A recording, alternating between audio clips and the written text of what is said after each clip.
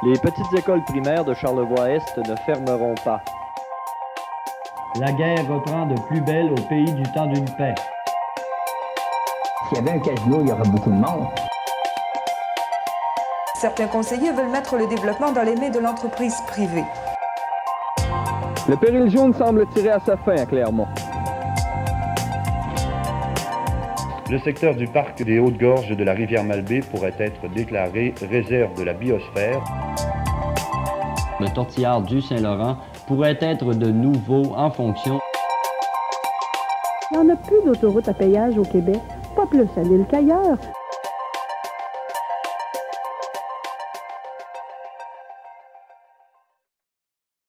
Et puis, le Gala Méritas 1993 de la Chambre de commerce de Charlevoix-Ouest s'est déroulé rondement et avec classe. Monsieur André Bellé des Armoires et Meubles de Charlevoix est le grand gagnant de la soirée avec l'obtention de 2 prix. Et Madame Françoise Labbé reçoit la médaille de l'Assemblée nationale. Dans son discours d'ouverture, Gilles Rémillard, président d'honneur de la soirée des Galas Méritas, mentionnait les projets à finaliser à Baie-Saint-Paul. Le golf 18 trous et l'école d'art jumelée au centre d'exposition. Suite à quoi, il a rendu hommage à Mme Françoise Labbé en lui offrant la médaille de l'Assemblée nationale. Le prix Reconnaissance a réellement surpris sa récipiendaire, Mme Jacinthe Simard. On voulait ainsi souligner son charisme, sa passion et sa perspicacité. Aussi, un prix Reconnaissance spécial, hommage particulier à tous les souscripteurs et bénévoles de la campagne Action Massive 92.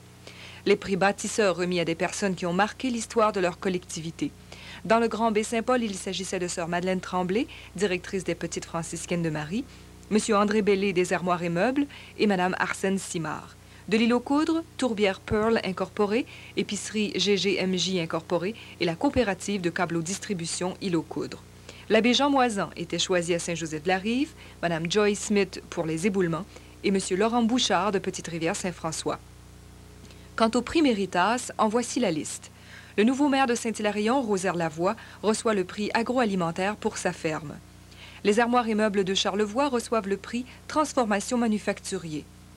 Le prix commercial revient à la Galerie du Sport, récipiendaire l'an passé du prix Jeune Entrepreneur 92. Le Salon de quilles de la Baie a reçu le prix Service. Celui du tourisme couronne les efforts de Randonnée Nature Charlevoix, le Centre d'histoire naturelle. Le prix tant convoité de la nouvelle entreprise et jeunes entrepreneurs revient à RD Serrurier enregistré. La Fondation du Centre hospitalier de Charlevoix a reçu le Méritas organisme communautaire, alors que Rêve d'automne, de la même fondation, était couronné du prix Art et Culture. Les absents ne furent pas oubliés, un hommage posthume fut fait à François Bernier.